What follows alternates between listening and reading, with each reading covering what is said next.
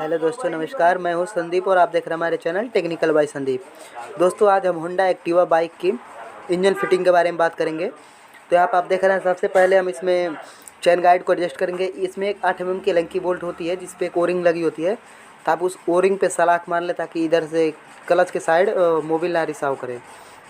ठीक है, तो इसको हम टाइट कर लेते हैं। पहले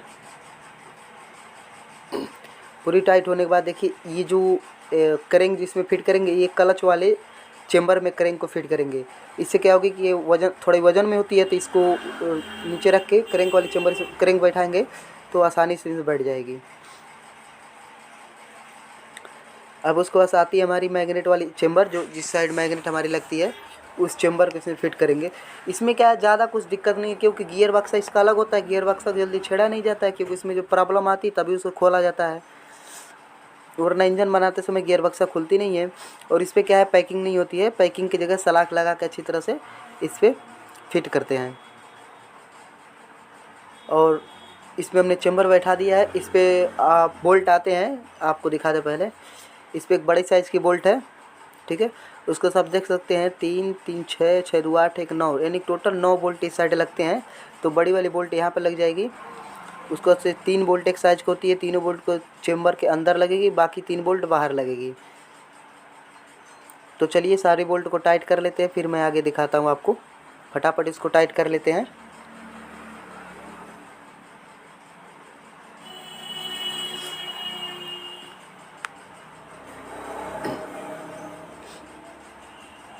इसमें ज़्यादा लफड़ी वाली बात नहीं होती है इंजन बनाते समय। इसमें बस थोड़ी सी ध्यान ये देनी होती है कि बोल्ट बोल्ट इसमें बहुत अंदर अंदर देती है कि मानो पता ही नहीं चलता कि यहाँ पे बोल्ट होगी। तो जब खोलते समय इसको गर्दा वर्दा को, जब इसमें कचरे होते हैं उसको साफ़ कर लेंगे तो बोल्ट भी हमारी दिखने लगेगी। ठीक है, अब देखिए हमारी क्रैंक फ्री मूवमेंट कर रही है, फ्री घूम रही है इसमें।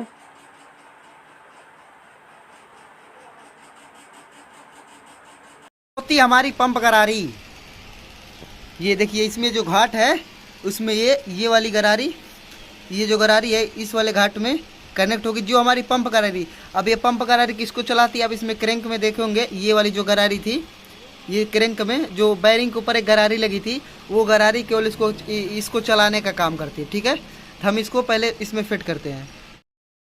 अब इसमें आप ये देख सकते हैं, ये वाला थोड़ा दिखा दें, इधर देना भाई, ये वाला, वो वाला राड दीजिए।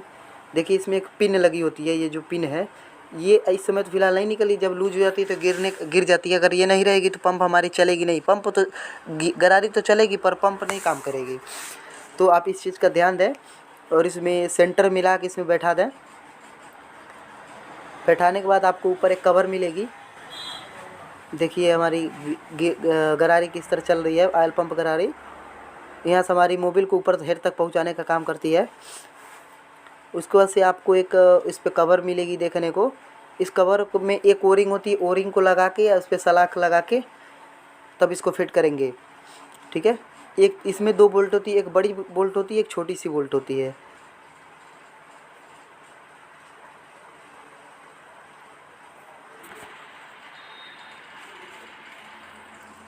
बड़ी बोल्ट को इस साइड डालेंगे और छोटी बोल्ट को इस साइड डालेंगे। ठीक है, अब इसको फटाफट टाइट कर लेते हैं, फिर आगे बात करते हैं।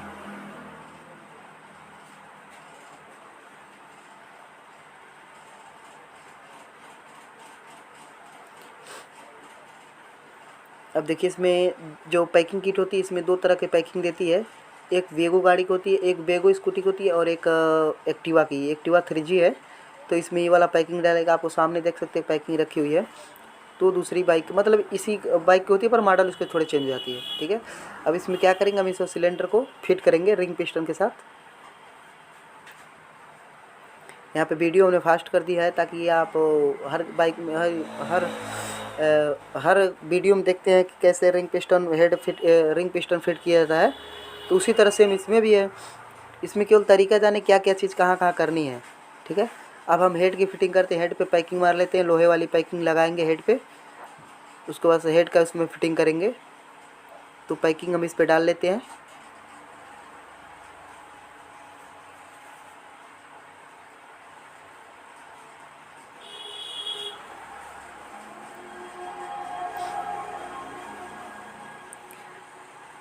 बूस्ट लगाने का मतलब ये होता है कि हमारी पैकिंग इधर नहीं जाती है और सीधे सेंटर में मिलती है, इसीलिए बूस्ट लगाया जाता है, वरना बूस्ट का उतना खास कोई काम होता नहीं है।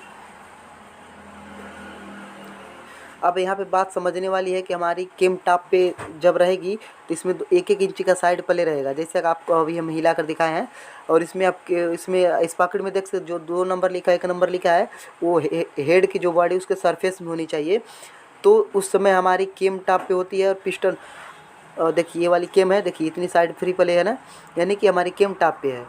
ठीक, अब हम जब केम इस पॉकेट को लगाएंगे उस समय हमारी पिस्टन टॉप पे होनी चाहिए। उसको केम इस पॉकेट को जो लगाते हैं उसमें जो नंबर 1 नंबर 2 जो लिखा था वो हेड के जो सरफेस उसके बराबर होनी चाहिए। ठीक है, आगे मैं इसको अच्छी तरह से विस्तार में बताऊंगा। इसको पहले इसको हम टाइट कर लेते हैं, फिर आगे हम दिखाते हैं। देखिए यहाँ पे एकदम पूरी हेड के सरफेस के बराबर है। ठीक है, अब इस पर हम 2 8 mm की बोल्ट को टाइट कर देंगे।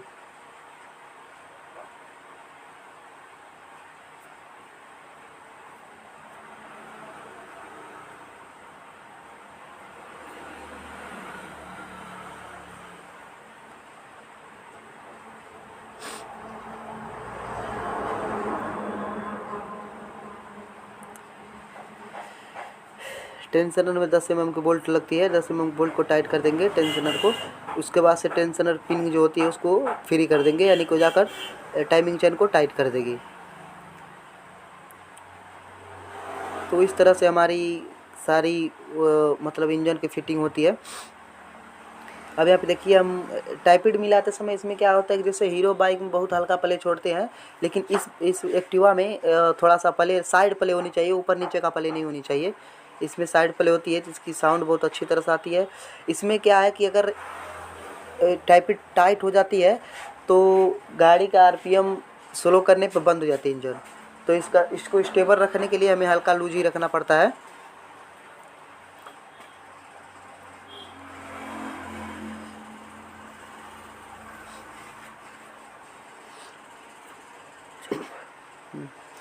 मैग्नेट देखिए जो कॉयल प्लेट उसमें 8 mm की 2 बोल्ट लगी होती है, इसको टाइट कर देंगे। और जितने भी वायर हैं कॉयल प्लेट के पीछे होनी चाहिए। ठीक है, उसको से पिकअप कॉयल पर आप एक पत्ती देखेंगे जो पत्ती से टाइट होती है, जैसा कि आप इसमें हम दिखा दें। देखिए ये जो पत्ती है ये पिकअप कॉयल पे टाइट होती है। ये वायर को कवर करके रखती है ताकि वायर ऊपर नीचे ना हो, वरना मैग्नेट चलती है उससे रगड़ खा के ये कट जाती है।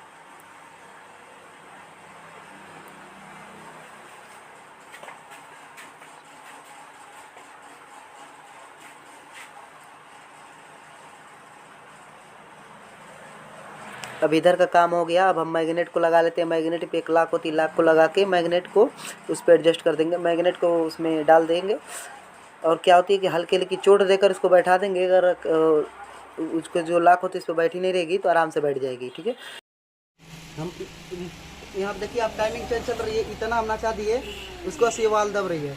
अब इतना हम रिवर्स मार रहे हैं, देखिए टाइमिंग कितना रिवर्स जा रही है। अब देखिए अब ये वाल दब रही है, यानी कि हमारी पिस्टन जब पिस्टन टॉप पे रहेगी तो 1-1 इंची दोनों तरफ साइड प्ले होती है। 1 इंच के बाद ही वाल दबती है।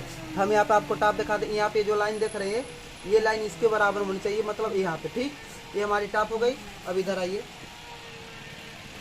जब मैग्नेट को टॉप करेंगे तो यहाँ पे ये जो दोनों है ये एकदम सीध में आ जाएगी। देखिए यहाँ पे, ठीक है, ये दोनों लाइन बराबर है। यहाँ पे मैग्नेट के भी लाइन बराबर है। ये हमारी वाल की जो क्लियरेंस है ये भी दोनों ओके है। ठीक है, देखिए।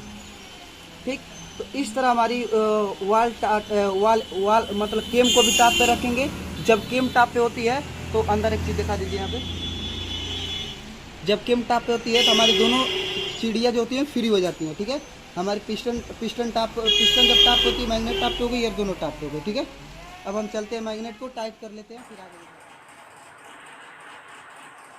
यहाँ पे देखिए क्लच के साइड जो जिधर लगी होती है वो टाइमिंग चेन, उधर ही आईसील होती है 77 और 78 नंबर की ओरिंग क्या बोलता है आईसील होती है। और एक आईसील होती है 77-78 नंबर की, सॉरी 69 नंबर की।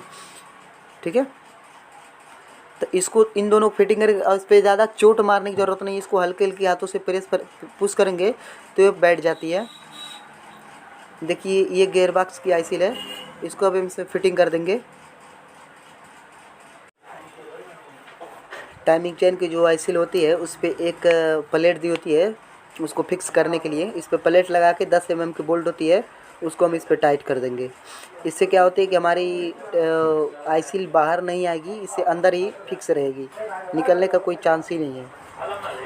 ठीक है, तो इसको हम टाइट कर लेते हैं, फिर आगे दिखाते हैं आपको। अब क्रैंक शाफ्ट में जो कनेक्ट होती है ड्राइव पुली, उसमें 6 रोलर लगे होते हैं। 6 रोलर को इसमें फिट कर देते हैं। हल्की हल्की ग्रीस इस पे लगा लेंगे ताकि इसका मूवमेंट अच्छी तरह से होती जाए।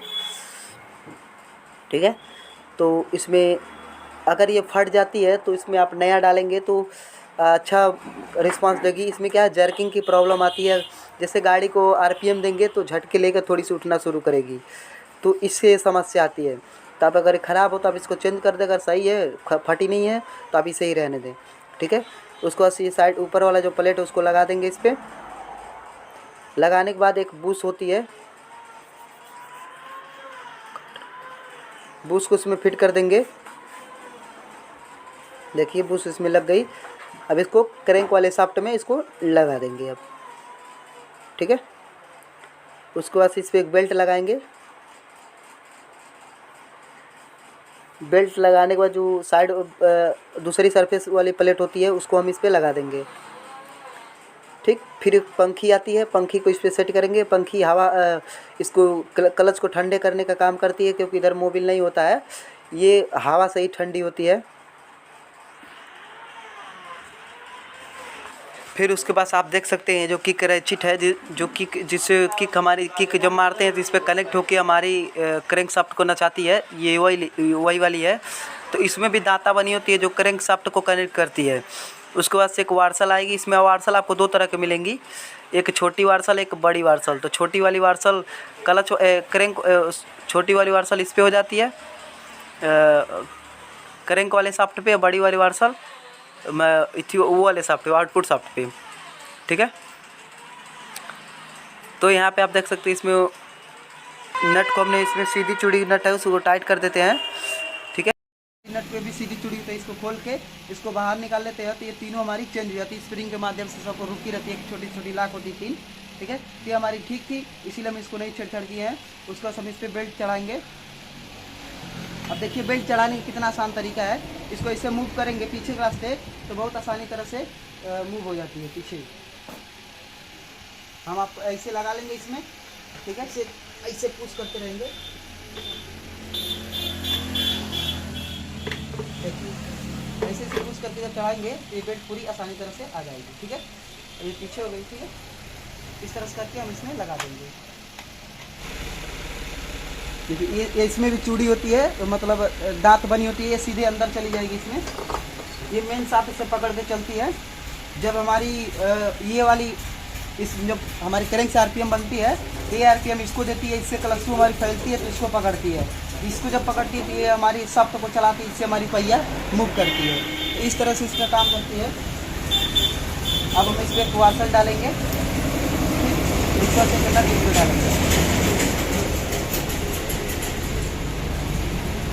ये भी सीधी चूड़ी होती है, दोनों इसमें सीधी चूड़ी होती है।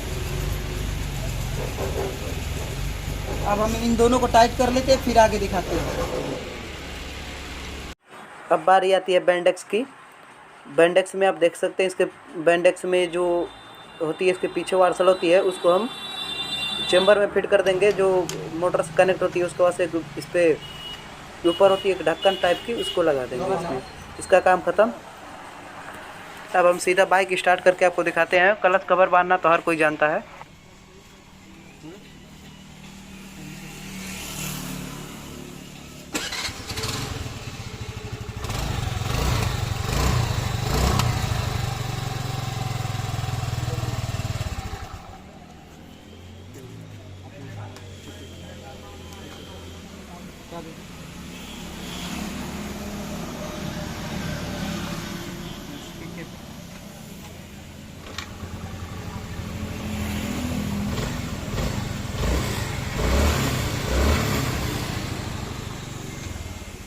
रुकिए उधर चलो।